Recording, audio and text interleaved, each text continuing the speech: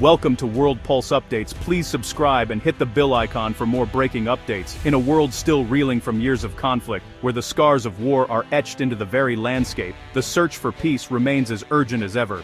The Middle East, a region long defined by its turmoil and tragedy, stands at a crossroads once again. Now a bold and controversial plan has emerged from the White House, an initiative called the Board of Peace. This US-led effort is designed to oversee not only the demilitarization, but also the painstaking reconstruction of Gaza, a territory devastated by years of violence and political deadlock. The board's mission is ambitious: to break the cycle of destruction and offer a new beginning. On January 19, 2026, the international community is abuzz as President Donald Trump steps before the world's cameras to announce this unprecedented coalition. The board brings together an unlikely alliance of global leaders, billionaire philanthropists, and seasoned policy experts, all united by the hope of forging a lasting peace in one of the world's most volatile regions. Among the most surprising members is Canadian Prime Minister Mark Carney, renowned for his financial expertise and diplomatic skill. His decision to join the board lends it a level of credibility few expected, igniting both hope and skepticism across the globe. Some see Carney's involvement as a sign that real change is possible, while others question whether even he can navigate the region's deep divisions. The Gaza Strip, home to over 2 million people, now lies in ruins after a brutal two-year war that has left entire neighborhoods flattened and families displaced. The devastation is overwhelming, with basic services like electricity, water, and healthcare pushed to the brink of collapse. Its infrastructure is shattered, and its people face a humanitarian catastrophe of staggering proportions. Every day, families wait in long lines for food and water, while children grow up surrounded by the rubble of their former homes. The need for relief is immediate, but the need for lasting solutions is even greater. The Board of Peace aims not just to rebuild what was lost, but to fundamentally reshape Gaza's political landscape. Their goal is to sideline extremist factions, foster new leadership, and create a path towards stability and self-governance. It's a vision that seeks to address the root causes of conflict, not just its aftermath. Yet, the initiative faces fierce opposition from Israeli hardliners, who fear for their security, and from Palestinian militants, who see the board as foreign interference. At the same time, peace activists and ordinary citizens cling to a glimmer of hope that this time, the cycle of violence might finally be broken. Around the globe, journalists, diplomats, and everyday people are watching closely, waiting to see if this radical new approach can succeed where so many others have failed. The world's attention is fixed on Gaza, and the stakes could not be higher. In this moment, hope and uncertainty hang in the balance, as the world wonders if a new board can finally change the course of an old conflict.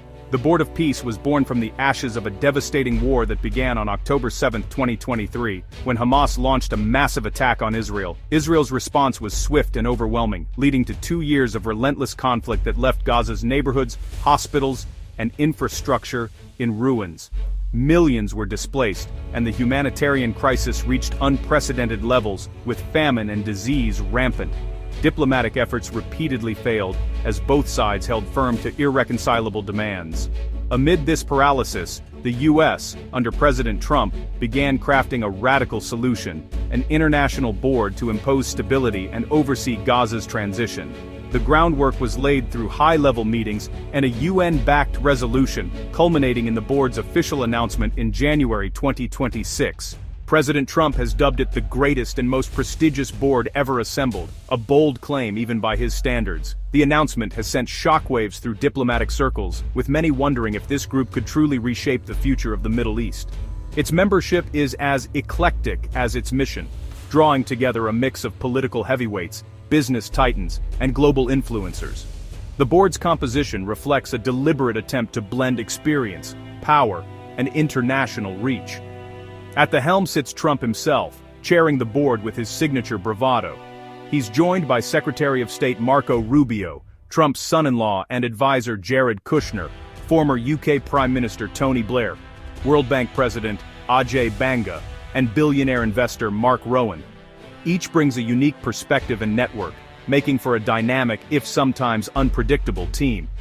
The board's focus is clear: to combine formidable political clout with vast economic resources in an ambitious effort to rebuild Gaza. Their goal is not just reconstruction, but to lay the groundwork for long-term stability and prosperity in the region. Yet one glaring omission stands out. No official from the Palestinian Authority has been included. This exclusion has sparked outrage and raised serious questions about the legitimacy and inclusivity of the board's mission, as well as the future of Palestinian self-determination. Invitations have reportedly been extended to key regional leaders, including Turkey's President Erdogan and Egypt's President El-Sisi. However, their participation remains unconfirmed, underscoring the delicate diplomatic balancing act the board must perform to gain broader regional support. Meanwhile, the board's internal structure and funding mechanisms are still being hammered out behind closed doors. Rumors of hefty membership fees have swirled, but Canadian officials have been quick to deny any such financial barriers, emphasizing transparency and international cooperation.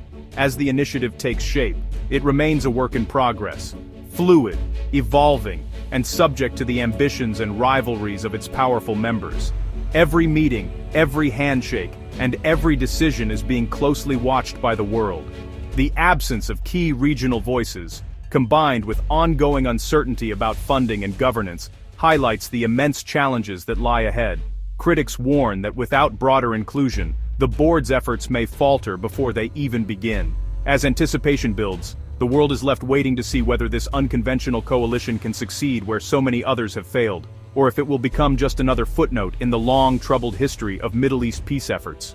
Prime Minister Mark Carney's decision to join the Board of Peace instantly elevated its credibility, sending a powerful signal to the world that Canada is ready to take on a leadership role in global affairs. His involvement was seen as a turning point, not just for the board, but for the international community's approach to peace building.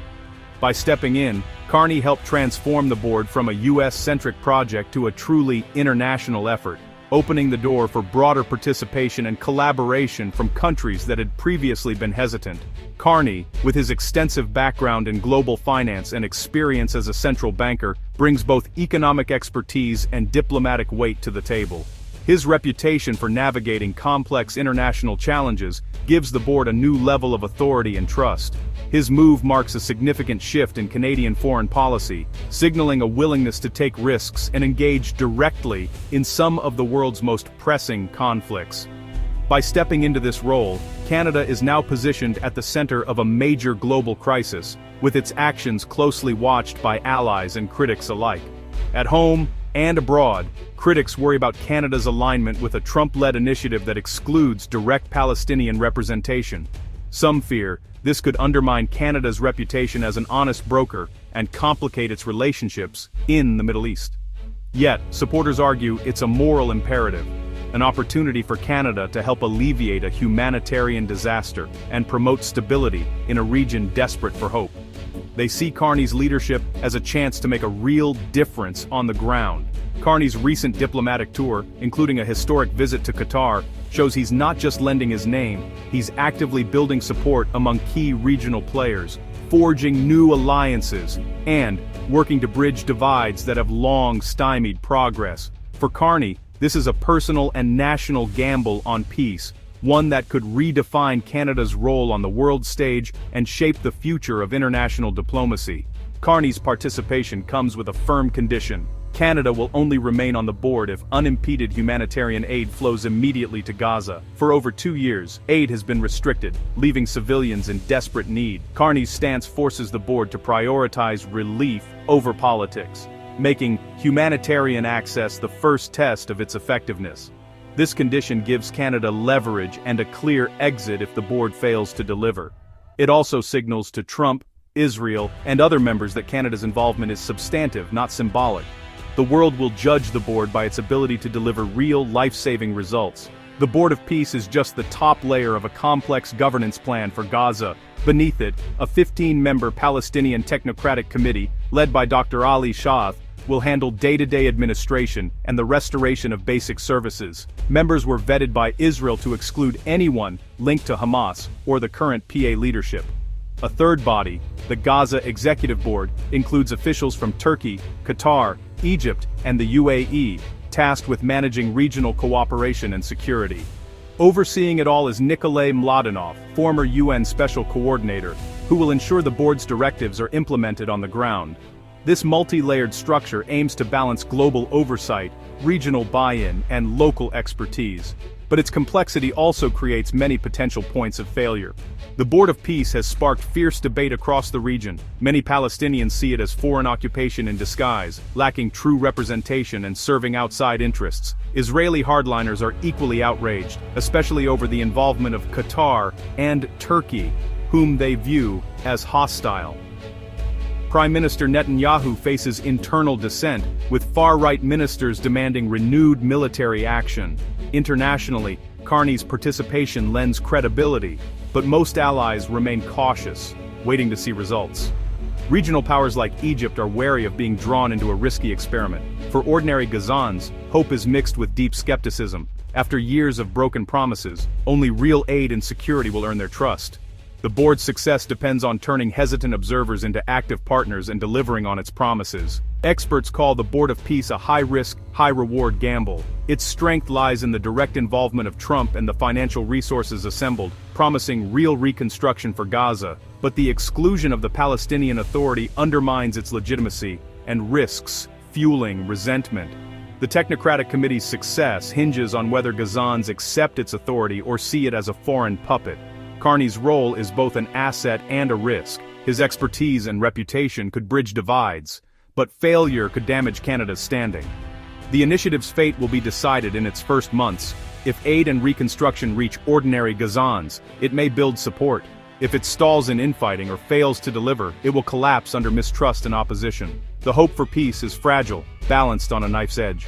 The Board of Peace is a bold, controversial attempt to break Gaza's cycle of violence. Led by Trump and Carney, it shifts the approach from incremental diplomacy to top-down economic state-building. The path is fraught with risk, opposition from all sides, complex bureaucracy, and competing interests threaten its success. Yet the focus on humanitarian aid and reconstruction offers a real chance for change. Carney's insistence on immediate aid provides a moral compass for the mission. The world is not just watching, but called to reflect, engage, and hold leaders accountable for prioritizing human dignity and lasting security. The journey to peace is perilous, but it must be undertaken.